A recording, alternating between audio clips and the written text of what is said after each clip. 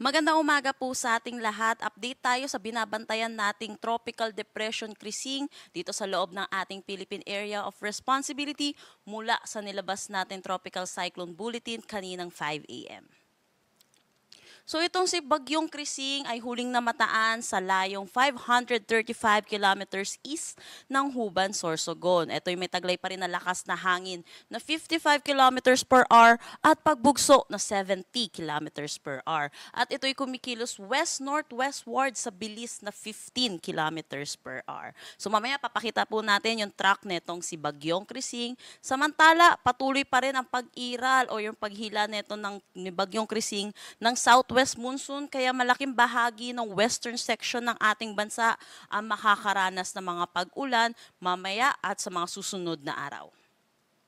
So ano po ba inaasahan natin na track neto si Bagyong Krising? So si Krising, inaasahan natin magi-intensify ito into a tropical storm category ngayong araw. At base dito sa ating track, at 2 a.m. ng July 18, 2025, nasa layong 365 kilometers east na siya ng Birac, Catanduanes. Para naman sa ating 48-hour forecast, July 19, 2025, which is Saturday, kung makikita natin, nag-intensify ito into a severe tropical storm category at possible ito tomorrow afternoon or evening.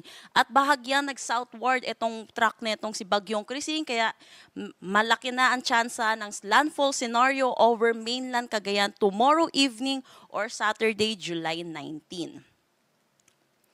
So pagdating naman ng 72-hour forecast natin, July 20, 2025, which is Sunday, nasa labas na to ng ating Philippine Area of Responsibility at inaasahan severe tropical storm pa rin ang kanyang category at ito'y mataan sa layong 285 kilometers west-northwest ng Lawag City, Ilocos Norte. Pagdating naman ng 96-hour forecast natin, July 21, 2025, nasa labas na to ng pa rin ng Philippine Area of Responsibility, layong 495 kilometers west ng Calayan, Cagayan. At ito, kung makikita natin, isa na siyang typhoon category. Pero wala naman na itong direktang epekto sa anumang parte ng ating bansa. So dahil dito sa bagyong si Krising, nagdagdag na tayo ng mga tropical cyclone wind signal number 1 at una na dito sa may Cagayan kasama na ang Babuyan Islands, Isabela, northeastern portion ng Aurora, Quirino, Kalinga, eastern portion ng Mountain Province, eastern portion ng Ifugao, northeastern portion ng Nueva Vizcaya, pati na rin ng Apayao. So inaasahan natin, habang papalapit po ng kalupaan itong si Bagyong Krising, ay tataas din po ang mga possible nating magkaroon ng mga tropical cyclone wind signal at ang pinakamataas natin possible nating itaas ay tropical cyclone wind signal number 3. So para naman sa ating weather advisory na nilabas natin kaninang 5 a.m. today, July 17, kumikita natin, meron po rin epekto itong bagyong si Krising, pati na rin itong southwest monsoon natin. Dito sa eastern section ng ating bansa, ang makakaapekto dito ay itong si Bagyong Krising at pagdating dito sa western section ng bansa natin, ay ito naman ay makakaapekto ang southwest monsoon.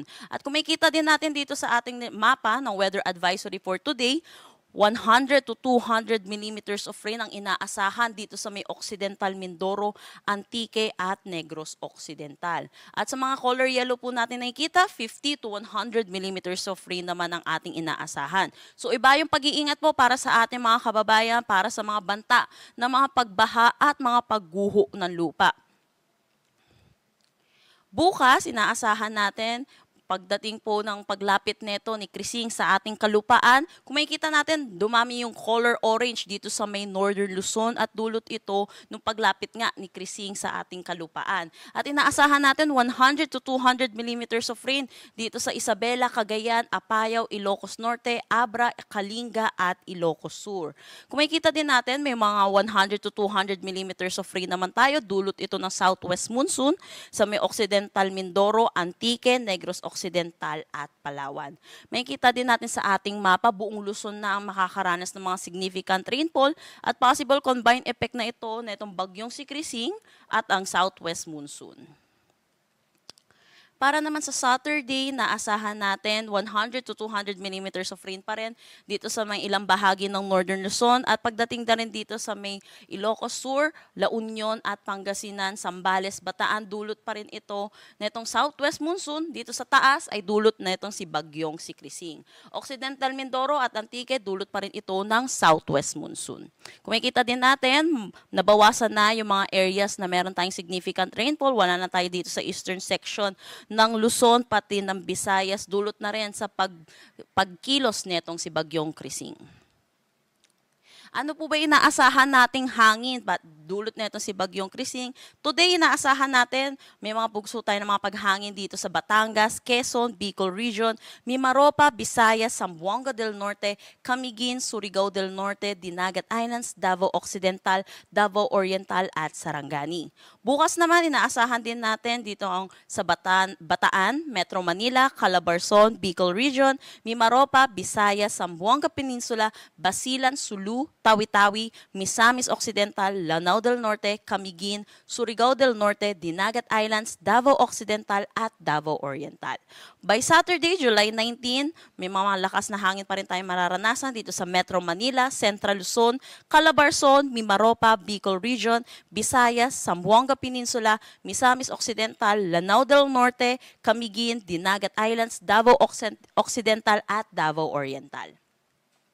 So kanina 2 a.m. naglabas tayo ng storm surge warning number 1 para dulot nito si Bagyong Krising at inaasahan natin yung 1 to 2 meters dito sa may Cagayan at Isabela. At inaasahan din natin sa paglapit nitong si Bagyong Krising sa kalupaan natin, dadami pa po yung mga meron tayong storm surge warning. So iba yung pag-iingat sa mga kababayan natin, lalo na sa mga malalapit sa coastal areas. At yan po muna yung update natin para sa bagyo nating binabantayan na si Krising. Ugaliin po natin i-check ang social media pages ng Pag-asa at ang aming website pag-asa.dost.gov.ph.